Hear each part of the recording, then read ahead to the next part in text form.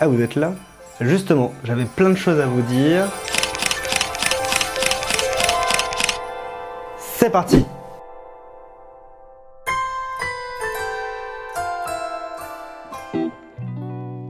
Salut à tous, c'est Ulrich de Frandroid et nous avons eu la chance, enfin j'ai eu la chance, de prendre en main les derniers Galaxy S10. Cette année, nous n'avons pas eu 2 téléphones, mais 3 téléphones avec une version spéciale qu'on vous présentera à la fin de la vidéo. Vous avez donc 3 différents modèles. Le Galaxy S10 avec ses 6,1 pouces de diagonale, le S10 Plus 6,4 pouces et enfin, petite nouveauté, le S10 Essential, S10e, qui lui ne fait que 5,8 pouces de diagonale. Au lieu d'avoir une vidéo qui est longue et ennuyante, je vous propose de voir les principales caractéristiques ensemble et ensuite de découvrir les 5 caractéristiques les plus remarquables des Galaxy S10. Passons à la liste. Le dernier processeur, check. Plus de mémoire RAM, check. Plus de batterie, check. Plus de stockage, check. Et pour toutes les autres caractéristiques, voici la liste. Samsung n'a rien enlevé. On retrouve la même chose que sur le Galaxy S9 et le Note 9. Voici le moment que tout le monde attendait, les 5 vraies nouveautés du Galaxy S10. Première nouveauté, le design. D'après moi, il ressemble davantage à un Galaxy Note 9 qu'un Galaxy S9.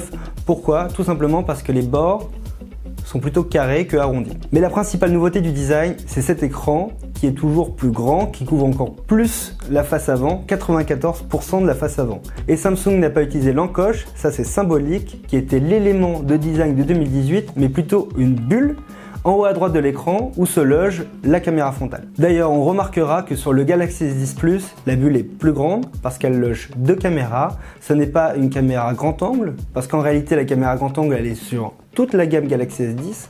C'est une seconde caméra qui sert exclusivement pour le mode portrait. Et concernant cette bulle, on peut dire qu'elle est discrète. Lorsqu'on utilise le téléphone en mode portrait, les notifications sont décalées sur la gauche. Et lorsqu'on utilise le téléphone en mode paysage, lorsqu'on regarde une vidéo, lorsqu'on joue à un jeu, elle se fait très discrète, on l'oublie presque. On peut même dire que le hardware se confond dans le software. Seconde nouveauté, pour déverrouiller son téléphone, eh bien il suffit de poser le doigt à l'arrière. Non, en fait c'est pas vrai. Pour déverrouiller son téléphone, il y a 2 façons de faire. La première, c'est d'utiliser la caméra frontale.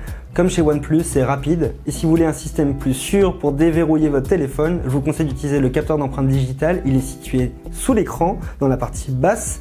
Il utilise un capteur à ultrasons, ce qui le différencie de la concurrence, parce que les autres utilisaient une caméra plutôt classique. L'avantage, c'est que vous n'avez pas besoin d'éclairer le doigt, donc l'écran peut être utilisé lorsqu'il est en veille. Et le second avantage, c'est que vous pouvez utiliser l'écran lorsqu'il est un peu mouillé ou sale. C'est l'avantage des ultrasons, ce qui permet d'avoir moins de ratés lorsque vous voulez déverrouiller votre téléphone. Troisième point, la caméra frontale. Elle fait 10 mégapixels avec une ouverture 1.9, mais la grosse nouveauté de cette caméra, c'est qu'elle est grand angle, et ça sur l'ensemble des Galaxy S10. Et pour avoir un Pixel 3 à l'usage, c'est vraiment la caméra que j'utilise tous les jours, parce qu'elle permet de faire des super selfies et surtout des groofies avec plusieurs personnes sur la photo.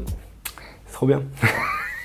D'ailleurs, cette caméra frontale peut filmer en 4K, ce qui devrait plaire aux youtubeurs en herbe qui vont pouvoir faire des vidéos à la volée avec une bonne qualité. Quatrième point, on va enfin parler de la caméra dorsale et pas frontale.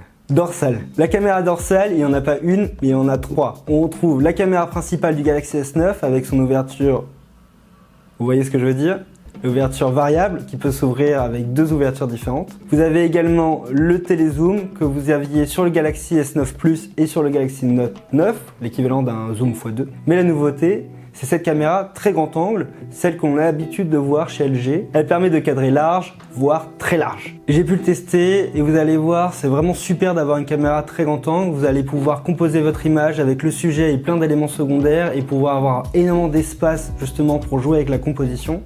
Par contre, Samsung n'a pas pu déroger les règles de l'optique. Vous allez avoir un peu de distorsion dans les angles.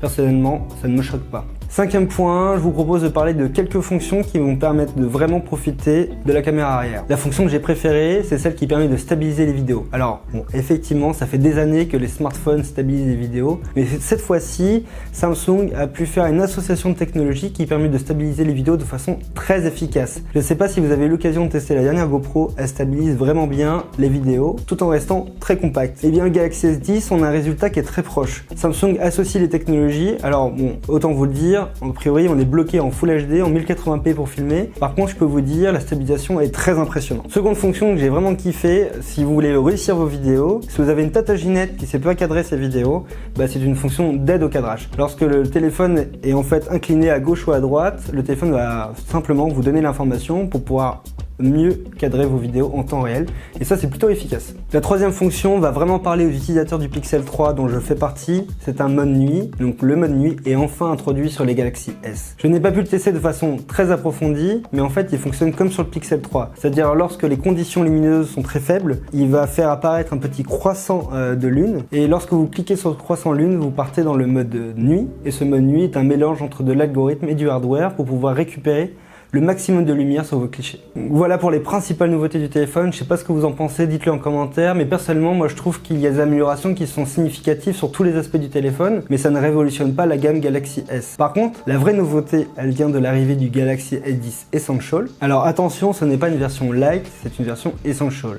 Mais il y a quand même quelques concessions par rapport au Galaxy S10 ou S10 Plus. Premier, l'écran est plus compact, il fait 5,8 pouces, ce qui permet d'utiliser plus facilement le téléphone à une main. D'ailleurs, vous remarquerez qu'il a les mêmes dimensions qu'un Pixel 3, sauf que là, l'écran occupe toute la face avant. Par contre, il n'est pas Infinity Display, cela signifie que les côtés de l'écran ne sont pas incurvés, et la définition est en Full HD 1080p, alors que le S10 et le S10 Plus sont en Quad HD. Heureusement, et ça j'en ai pas encore parlé, il est HDR10+, et donc il va pouvoir bénéficier du dernier standard HDR et profiter donc de la meilleure qualité sur les vidéos Netflix par exemple, mais également sur certaines vidéos YouTube. Là on a des vraies concessions, c'est qu'on perd la troisième caméra à l'arrière, et surtout on perd également le capteur d'empreinte digitale sous l'écran, qui est cette fois-ci situé sur le côté de l'écran directement sous le pouce. Par contre, on peut saluer le fait que Samsung introduise un téléphone qui sera moins cher que le Galaxy S10 et S10 Plus, et surtout qui est beaucoup plus compact et donc beaucoup plus pratique à utiliser à une main. Personnellement, c'est vraiment ce type de taille de téléphone que j'apprécie vraiment. Et surtout, ne partez pas, Samsung a également introduit une version spéciale qui est le Galaxy S10 Plus Performance.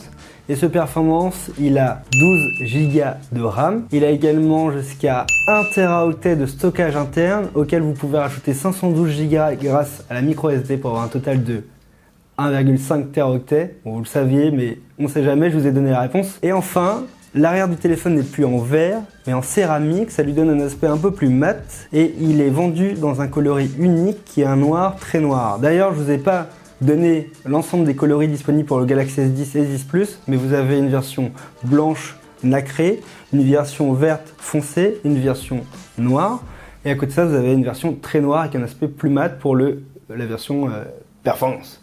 Voilà, c'est tout pour le Galaxy S10, le S10 Plus et le Galaxy S10 Essential et le Performance.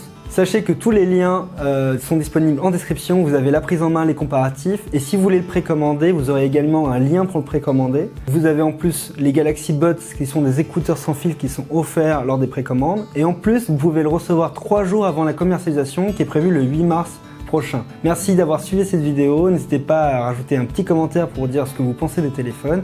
Moi je vous dis à l'année prochaine pour le Galaxy S11. Ciao!